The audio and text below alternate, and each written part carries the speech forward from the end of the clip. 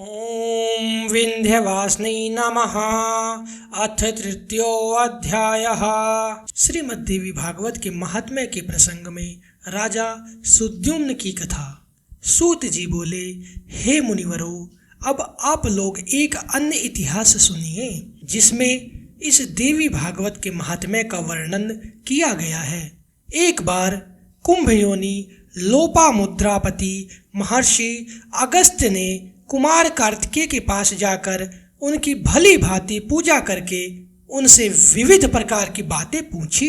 भगवान कार्तिकेय ने दान, तीर्थ, व्रत आदि के महात्म्य से परिपूर्ण अनेक कथाओं का वर्णन उनसे किया। उन्होंने वाराणसी, मणिकर्णिका, गंगा तथा अनेक तीर्थों के महात्म्य का अत्यंत विस्तार पूर्वक वर्णन किया। उसे सुनकर अगस्त्य मुनि परम प्रसन्न हुए और उन्होंने महातेज संपन्न कुमार कार्तिकेय से लोक कल्याण के लिए पुनः पूछा। अगस्त्य जी बोले, हे तारक रिपु, हे भगवन, हे प्रभु, आप मुझे देवी भागवत के महात्म्य तथा उसके श्रवण की विधि भी बताइए। श्रीमद् देवी भागवत नामक पुराण सभी पुराणों में अति श्रेष्ठ है, जिसमें तीनों लोकों की जननी साक्षात सनातनी भगवती की महिमा गाई गई है। कार्तिकेय बोले, हे ब्राह्मण, श्रीमद् देवी भागवत के महात्म्य को विस्तार पूर्वक कहने में कौन समर्थ है। मैं इस समय संक्षेप में इसे कहूँगा, आप सुनिए।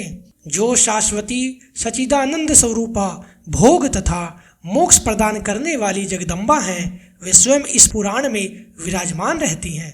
अतएव हे मुने, यह श्रीमद् देवी भागवत उन जगदम्बा की वांगमयी मूर्ति है, जिसके पठन एवं श्रवण से इस लोक में कुछ भी दुर्लभ नहीं है। विवस्वान के एक पुत्र हुए, जो श्राद्ध देव नाम से प्रसिद्ध थे। संतान रहित होने के कारण उन राजा श्राद्ध देव ने वशिष्ठ मुनि की अनुमति से पुत्रेष्टि यज्ञ किया। तत्पश्चात मनु श्राद्ध देव की भार्या श्रद्धा ने यज्ञ के होता से प्रार्थना की, हे ब्राह्मण, आप कोई ऐसा उपाय करें जिससे मुझे कन्या की प्राप्ति हो। अतः होता ने मन में कन्या प्राप्ति का संकल्प करते हुए आहुति डाली और उसके विपरीत भाव के फलस्वरूप एक कन्या उत्पन्न हुई, जिसका नाम इला रखा गया। इसके बाद पुत्री को देखकर उदास मन वाले राजा श्राद्ध देव ने गुरु वशिष्ठ से कहा, हे प्रभु, पुत्र प्राप्ति के आपके संकल्प के विपरीत यह कन्या कैसे उत्पन्न हो गई। यह सुनकर महर्षि वशिष्ठ ने ध्यान लगाया। इसमें होता का व्यतिकर्म जानकर वे इला को पुत्र बनाने की कामना से ईश्वर की शरण में गए।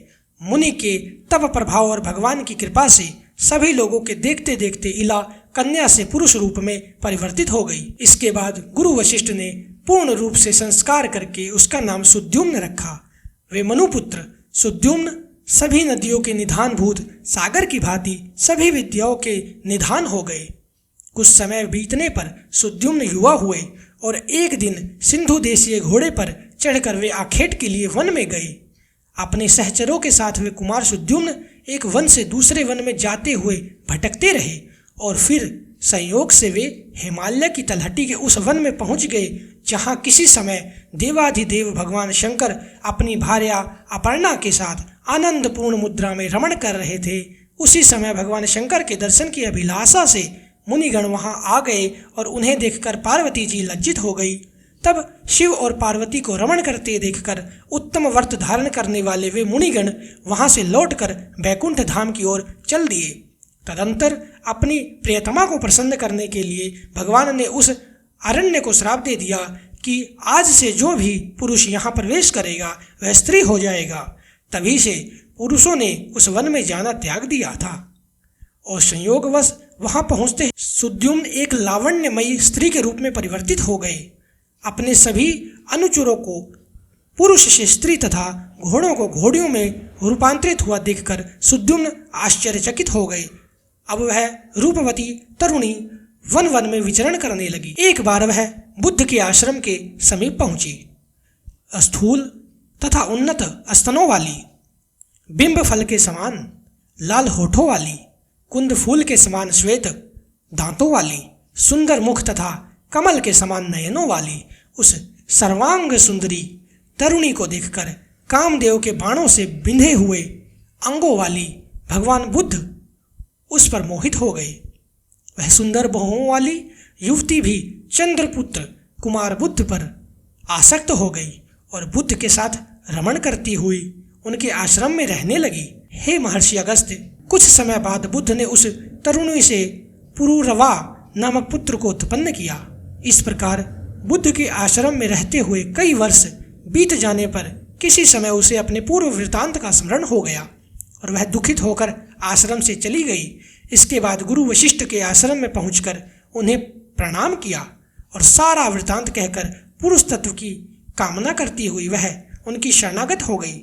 इस प्रकार सभी बातों को जानकर वशिष्ठ जी कैलाश पर्वत पर जाकर विधि विधान से भगवान शंकर की पूजा करके परम भक्ति से उनकी स्तुति करने लगे। वशिष्ठ जी बोले, शिव शंकर कपर्दी गिरजा के अर्धांग एवं चंद्रमौली को बार बार नमस्कार है। मृड सुखदाता कैलाशवासी नीलकंठ भक्तों को भोग तथा मोक्ष प्रदान करने वाले आपको नमस्कार है। शिव शिव स्वरूप शरणागत भयहारी वृषभ वाहन शरणदाता परमात्मा को नमस्कार है। सृजन पालन तथा संहार के समय ब्रह्मा विष्णु तथा महेश रूपी धारी देवादिदेव वरदायक तथा त्रिपुरारी को मेरा नमस्कार है। यज्ञ रूप तथा याजकों के फलदाता को बार बार नमस्कार है। आप गंगाधर सूर्य चंद्र अग्नि स्वरूप त्रिनेत्र को मेरा नमस्कार है।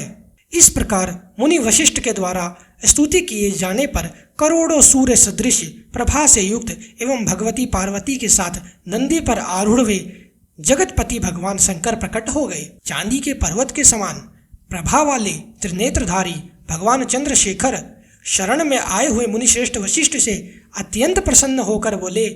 श्री भगवान ने कहा, हे विप्रऋषि, आपके मन में जो भी इच्छा हो वह वर मांगिए। उनके इस प्रकार कहने पर गुरु वशिष्ठ ने प्रणाम करके इला की पुरुष तत्व प्राप्ति के लिए उनसे प्रार्थना की।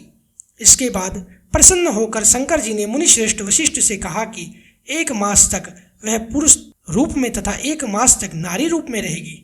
इस प्रकार शिवजी से वर प्राप्त करके महर्षि वशिष्ठ ने वर प्रदान करने के लिए सदा उत्सुक रहने वाली जगदम्बिका पार्वती को प्रणाम किया। करोड़ों चंद्रमा की कला कांति से युक्त तथा सुंदर मुस्कान वाली भगवती की सम्यक पूजा करके सदा के लिए इला की पुरुष तत्व प्राप्ति की कामना से वशिष्ठ जी श्रद्धा पूर्वक उनकी स्तुति करने लगे। हे देवी, हे महादेवी, हे भक्तों पर कृपा करने वाली भगवती, आपकी जय हो। हे समस्त देवों की आराध्य स्वरूपा और अनंत गुणों की आगार आपकी जय हो। हे देवेश्वरी, हे शरणागत वत्सले, आपको बार बार नमस्कार है। हे दुखहारिणी, हे दुष्ट दानवों का नाश करने वाली भगवती, आपकी जय हो। हे भक्ति से प्राप्त होने वाली भगवती, हे महामाये, हे जगदम्बिके, हे भवसागर से पार उतारने के लिए नौका स्वरूप चरण कमल वाली, आपको नमस्कार है।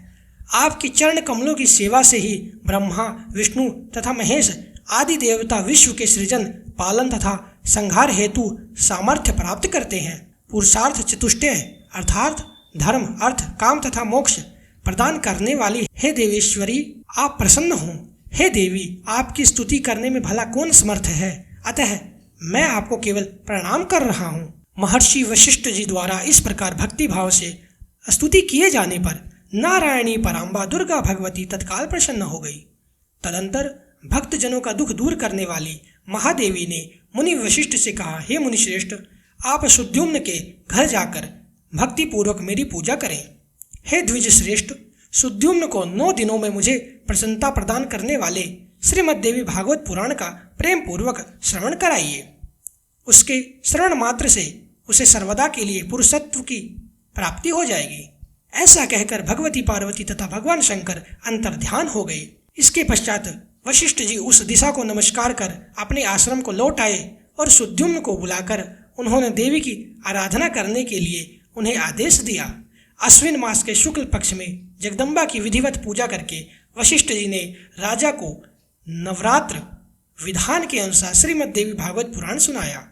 इस प्रकार अमृत स्वरूप श्रीमद्देवी भागवत पुराण को भक्तिपूर्वक सुनकर और गुरु वशिष्ठ का पूजन वंदन करके सुद्युम्न ने सदा के लिए पुरुष तत्व प्राप्त कर लिया। महर्षि वशिष्ठ ने सुद्युम्न का राज्याभिषेक किया और वे प्रजाओं को प्रसन्न रखते हुए धर्म पूर्वक भूमंडल पर शासन करने लगे।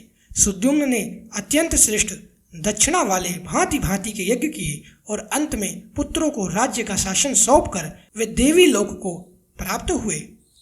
हे विप्रो, इस प्रकार मैंने आप लोगों को इतिहास सहित देवी महात्म्य बता दिया। यदि कोई मनुष्य सद्भक्ति के साथ इसे पढ़ता अथवा सुनता है तो वह देवी की कृपा से इस लोक में संपूर्ण कामनाओं की प्राप्ति करके अंत में देवी के परम सत्य स्वरूप सालोक्य को प्राप्त कर लेता है। इति श्री स्कंद पुराणे मानस खंडे श्रीमद्देवी भागवत महात्म्ये देवी भागवत नवाः श्रवणादिलायाः पुंसत्व प्राप्ति वर्णनम् नाम तृतीयोऽध्यायः।